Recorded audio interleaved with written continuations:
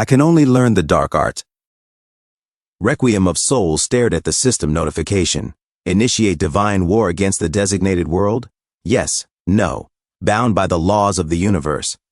A god cannot simply annihilate a world, particularly one that lies under the protection of another deity.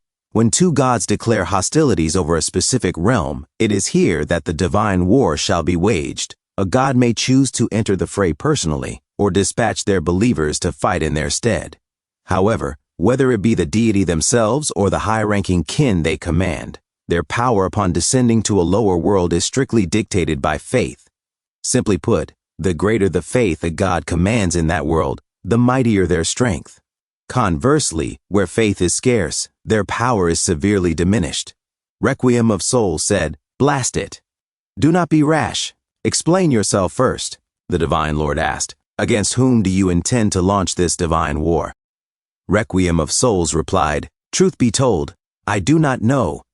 The Eternal Morning Star blurted out, "Huh?" The Abode of the Dead spoke calmly. "My believers report that there is someone in that world operating under the banner of Commander Swiftshadow. I assumed it was merely some insignificant nobody, so I paid it no heed. But as you witnessed, I was indeed able to initiate a divine war, which signifies," the Eternal Morning Star froze in shock, "that the opponent is truly a god." The Abode of the Dead continued, "The moment I press yes, they will receive the challenge notification, and from that instant, he shall officially become my enemy." Elsewhere, Ningfeng yawned loudly. Yawn. He stretched his arms and muttered to himself, "I was worried that converting another god's believers would bring trouble straight to my doorstep.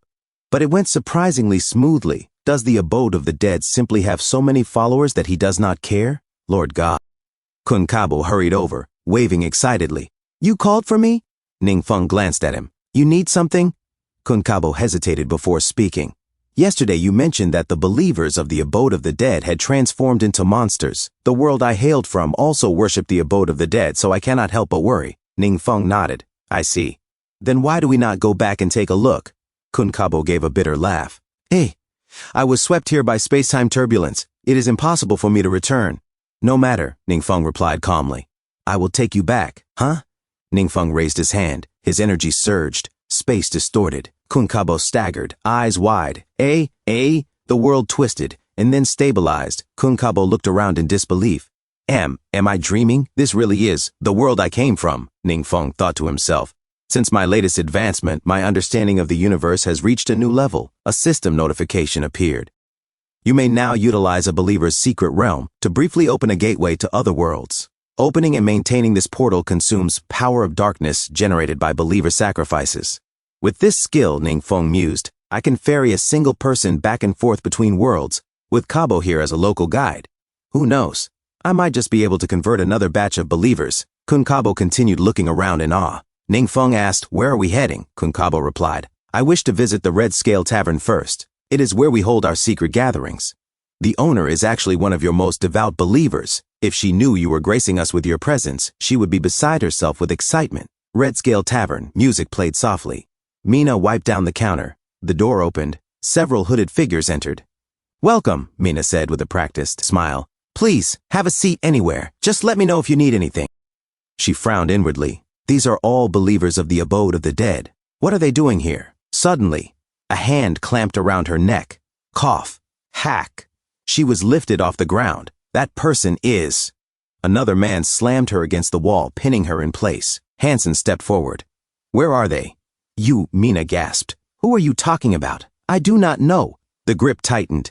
Tears welled in her eyes. "The traitors who fled are hiding right here," Hansen said coldly. "If you do not hand them over, you shall be deemed an enemy of the church." I really do not know."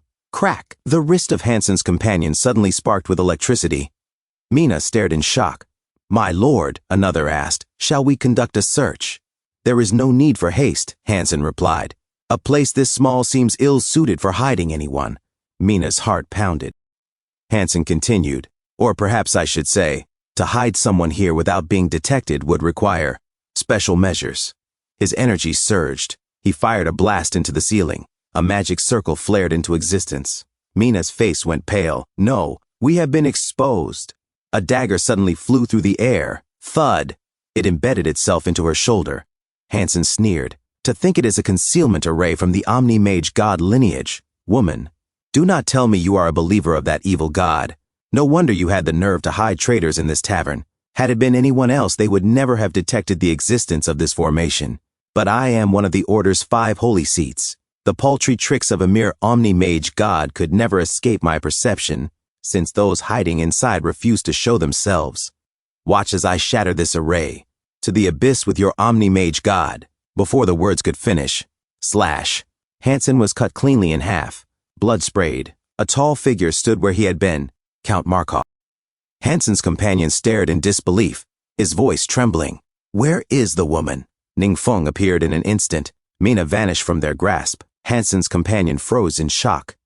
Who? Kunkabo rushed forward. Mena, do not be afraid. We are here. He glanced at the enemies and thought grimly. In terms of personal strength, I am no match for these people. But if it comes to a battle of summons, one of the enemies shouted in disbelief. That summoned creature comes from a higher world. Another gasped. How could a being of that caliber serve a mage from a lower world? Count Markov bowed slightly. Master, shall we leave any survivors? No need, Kunkabo replied calmly.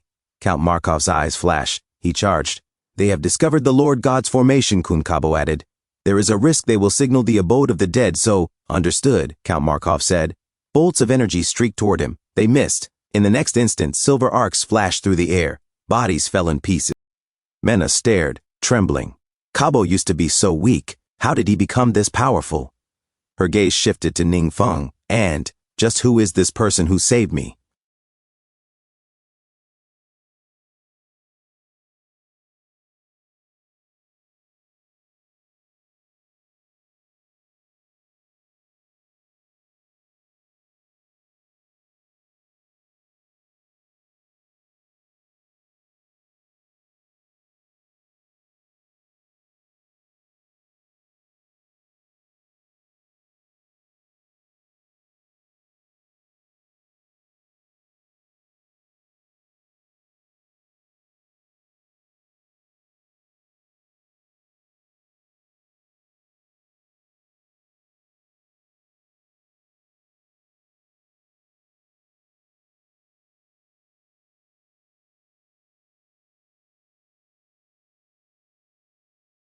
Thank you so much for watching. That's all for now. If you enjoyed this video, please give it a thumbs up and consider subscribing to help me grow my channel. Your support means the world to me. Don't forget to leave a comment below. I love hearing from you. Let's keep the conversation going and get those analytics buzzing. Until next time, take care.